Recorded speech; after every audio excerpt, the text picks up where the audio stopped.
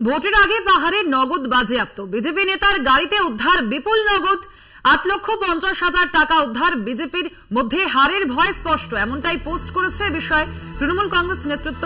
এভাবে মানুষের রায় কেনা যাবে না, সোশ্যাল মিডিয়ায় পোস্ট তৃণমূল কংগ্রেসের। আপনারা জানেন আগামীকালই দার্জিলিং এ ভোট রয়েছে, দ্বিতীয় দফার যে ভোট রয়েছে তার আগেই এবার বিজেপি নেতার গাড়িতে উদ্ধার বিপুল নগদ। 8,50,000 টাকা উদ্ধার হয়েছে।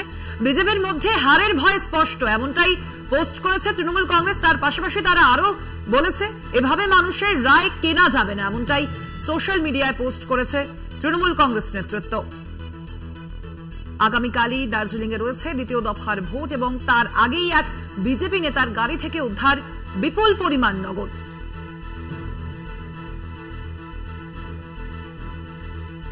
এ বিষয়ে আমরা কথা বলবো। ফোন লাইনে রয়েছেন আমাদের বিশেষ প্রতিনিধি দেবজ্যোতি ঘোষ। দেবজ্যোতি, কি জানা যাচ্ছে মূলত তৃণমূলের ঠিক কি অভিযোগ? নির্বাচনের মাঝে একটা দিন, তার মধ্যেই কিন্তু যে নগদ পরিমাণ প্রায় 8,50,000 টাকা বিজেপির নেতার গাড়ি থেকে উদ্ধার হলো, তা নিয়ে তৃণমূল কংগ্রেসের পক্ষ থেকে তীব্র প্রতিক্রিয়া জানানো হয়েছে যে এইভাবেই নির্বাচনকে প্রভাবিত করার চেষ্টা করছে ভারতীয় জনতা পার্টি। এই প্রথম ঘটনা নয়, এর আগেও কিন্তু প্রায় যে 6টি ঘটনা ঘটেছে সেই 6টি ঘটনাতেই ভারতীয় জনতা পার্টি যুক্ত এবং সেই টাকার উৎস কিন্তু এখনো পর্যন্ত তারা বলতে পারছেন না। নির্বাচন কমিশনের পক্ষ থেকে এখনো কোনো সদার্থক ভূমিকা নেওয়া হয়নি যে এই টাকা কোথা থেকে কোথায় যাচ্ছিল। অর্থাৎ বিজেপি নেতার হাত থেকে গাড়ি থেকে যে টাকা উদ্ধার হয়েছে প্রায় 8,50,000 টাকা, তা নিয়ে তৃণমূল কংগ্রেস বলছেন যে নির্বাচনকে প্রভাবিত করার জন্য ভারতীয় জনতা পার্টি এই টাকা ব্যবহারের চেষ্টা করছিল। যদি ইলেকশন কমিশনের পক্ষ থেকে ব্যাপারটিকে অত্যন্ত গুরুত্ব দেওয়া হচ্ছে এবং সেই মতোই তারা কিন্তু নির্বাচন কমিশনেরও দ্বারস্থ হচ্ছেন। কারণ যে লাস্ট 8টি ঘটনা ঘটেছে সেই 8টি ঘটনাতেই দেখা যাচ্ছে যে বিজেপি নেতৃত্ব এইভাবে নির্বাচনকে প্রহসনে পরিণত করার জন্য নগদ টাকা বিভিন্ন জায়গাতে বিলিয়ে দিচ্ছেন। যদিও তৃণমূল কংগ্রেসের পক্ষ থেকে অভিষেক বন্দ্যোপাধ্যায় গত 2 দিন আগে বলেছেন যে নির্বাচনকে প্রভাবিত করার জন্য ভোটের জন্য নগদ টাকা ব্যবহার করবে এবং কর্মীদের উদ্দেশ্যে তিনি বলেন যে ভারতীয় জনতা পার্টি যদি এরকম টাকা দিতে আসে তাহলে সেই টাকা আপনারা নিয়ে নেবেন।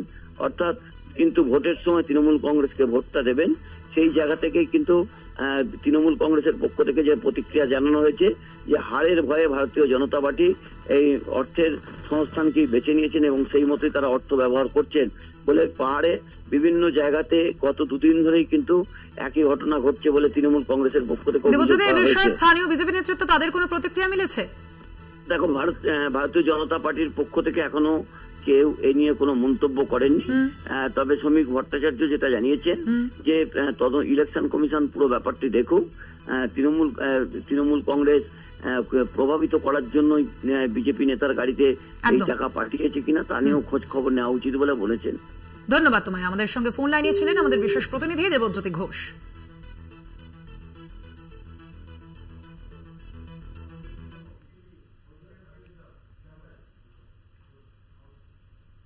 ভাটপাড়ায় আক্রান্ত তৃণমূল কাউন্সিলরের বাড়িতে পৌঁছলেন অর্জুন সিং। কাউন্সিলর ও তার ছেলেকে মারধরের অভিযোগ উঠেছে।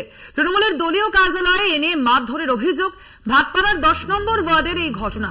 10 নম্বর ওয়ার্ডের কাউন্সিলর সত্যেন রায়কে দেখতে যান ব্যারাকপুরের বিজেপি প্রার্থী অর্জুন সিং। এ বিষয়ে আরো বিস্তারিত জানবো। ফোন লাইনে রয়েছেন আমাদের প্রতিনিধি শুভজিৎ সিং। শুভজিৎ, কি জানা যাচ্ছে মূলত ঠিক কি কারণে অর্জুন সিং এই তৃণমূলের যে কাউন্সিলর তার বাড়িতে গিয়েছিলেন, কি জানিয়েছেন তিনি? দেখো, মঙ্গলবার ভাটপাড়া পৌরসভার 10 নম্বর ওয়ার্ডের পৌরপিতা তথা তৃণমূল কংগ্রেস নেতা সত্যেন রায় এবং তার ছেলে শানু রায়কে ভাটপাড়া তৃণমূল কংগ্রেসের দলীয় কার্যালয়ে ঢুকে এসে মারধর করে আরেক তৃণমূল কংগ্রেসের কর্মী দেবরাজ ঘোষ। তারপরেই বুধবার আক্রান্ত সেই পৌর প্রতিনিধিকে দেখতে তার বাড়িতে উপস্থিত হন ব্যারাকপুরের বিজেপি প্রার্থী অর্জুন সিং এবং তিনি কথা বলেন দীর্ঘক্ষণ সেই কাউন্সিলর এবং তার ছেলের সঙ্গে এবং তার পরিবারের সঙ্গে। বারবার ধরে এমন ঘটনা হওয়াতে তিনি পৌর প্রতিনিধিকে তিনি বলেন যে তৃণমূল কংগ্রেসে না থেকে তিনি যেন বিজেপি চলে আসেন এবং সেই কথাকেই আপাতত মান্যতা দিয়েছেন ভাটপাড়া 10 নম্বর ওয়ার্ডের তৃণমূল কাউন্সিলর সত্যেন রায়। তিনি কালকে সংবাদ মাধ্যমের মুখোমুখি হয়ে প্রকাশ্যে জানিয়ে দিয়েছেন যে দল আমাকে সম্মান দেয়নি, যে দল আমাকে উপর হামলা করেছে এবং হামলা হওয়ার ঘটনার পরে একবারও ব্যারাকপুরের যিনি তৃণমূল কংগ্রেস প্রার্থী রয়েছেন পার্থ ভৌমিক তিনি যোগাযোগ করেননি তার সঙ্গে। তারপরেই তার রাগ হয় এবং সেই রাগের কারণেই তিনি কিন্তু আজকে আর কিছুক্ষণের মধ্যেই ভারতীয় জনতা পার্টিতে যোগদান করবেন। অপরদিকে ভাটপাড়া পৌরসভার উপপৌর প্রধান তথা ভাটপাড়া টাউন তৃণমূল কংগ্রেসের যিনি সভাপতি রয়েছেন দেবজ্যোতি ঘোষ, তিনি বলেন যে সত্যেন রায় আগের থেকেই ভিতরে ভিতরে যারা বিজেপির হয়ে কাজ করছিল, কথা বলে মানে দীর্ঘদিন ধরে যোগাযোগ রাখছিল অর্জুন সিং এর সঙ্গে, এবং তার জেরেই কিন্তু তাকে নির্বাচন কমিটি থেকে তাকে সরিয়ে দেওয়া হয়েছে।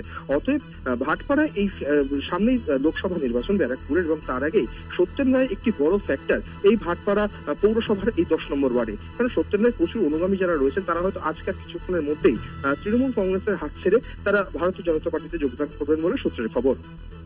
অবশ্যই সেদিকে আমাদের নজর থাকবে। আপাতত ধন্যবাদ তোমাকে শুভজিৎ।